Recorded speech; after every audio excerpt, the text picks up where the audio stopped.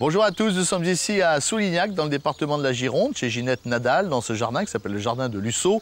Nous allons parler tous ensemble de la taille des arbustes fleuris, comme le deutzia, comme l'oranger du Mexique, comme le lilas. Ces arbustes qui ont fleuri doivent être taillés juste après la floraison.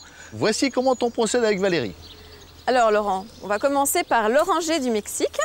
Oui, vous le taillez déjà maintenant? Sitôt, hein? Oui, bon, on aurait pu attendre une semaine supplémentaire, mais bon, comme vous le voyez, là, les rameaux sont déjà certains complètement défleuris. Puis comme il est très envahissant, qui perd complètement ses pétales, on n'attend pas si on veut qu'il refleurisse au mois de septembre. Où va-t-on le couper? Alors, on va chercher la limite entre le marron et le vert. Vous voyez, ici, c'est marron, ici, c'est vert, et hop, je coupe. Très bien. Ce qui permet, en fait, on revient sur la pousse de l'année. Bon, alors après l'oranger du Mexique, le lilas maintenant, il faut le tailler également. Alors le lilas, lui, il est bien parti, hein. Ça y est, Oui, c'est fini. C'est vraiment le moment de le tailler.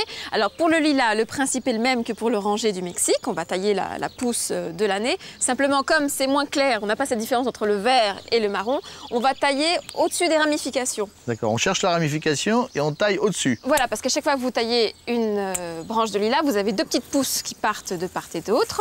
Ouais. Voilà, donc il suffit de couper au-dessus. Très bien. Passons maintenant au deutzia. Donc pour le deutzia, on va chercher à tailler de manière à obtenir un port arrondi, en boule. Donc On taille un peu n'importe où? Alors non, on va tailler tout ce qui a fleuri en coupant au-dessus d'une nouvelle pousse. Ah d'accord. Voilà, pour... On va quand même le dégager de l'intérieur, hein. Voilà, alors parce que le deutzia émet de nombreuses tiges de la base, donc il a tendance à s'étouffer un petit peu. Donc là, on va sélectionner les tiges âgées et le bois mort pour l'aérer petit peu pour qu'il respire davantage. Puis l'avantage quand il y a des fleurs comme ça, quand on le coupe encore en fleurs, c'est qu'on peut faire de jolis bouquets pour la maison. Voilà, ça sent très bon et ça prolonge les floraisons à l'intérieur. Au revoir à tous. Au revoir.